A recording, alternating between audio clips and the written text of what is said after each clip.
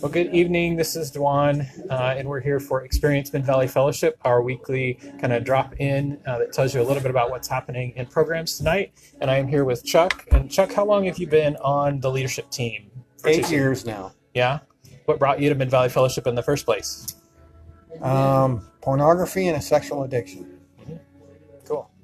And so now you kind of get the chance to give back to other people. Pay it forward. Yeah. So Chuck's facilitating one of the lessons tonight. What lesson are you facilitating tonight? I'm facilitating trusting God, and then the exercise that we have is a chart which can trigger a lot of the participants, but it talks about what some of their triggers are and how they can move forward through this. So, And what group are you facilitating for? I'm facilitating for Clean Heart Year 2. And what is Clean Heart? Clean Heart is people dealing with sexual addiction, pornography, and similar addictions. Yeah. And so this is going to be the second year of the program. So they're kind of a ways into their process so far. And then there's also a lesson that's going to be happening. I'm not going to be doing it, but it's called the Mask of Codependency, which is for Hope Together Year 2.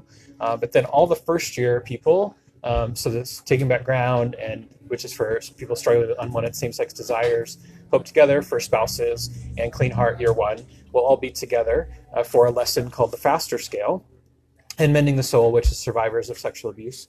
But the Faster Scale, which is really about understanding, okay, what's the pattern that I can get into as it relates to relapse, or whenever I'm progressing towards relapse, and being aware of some of those things so that I can take steps to get off the scale and get back into recovery where we're intended to be.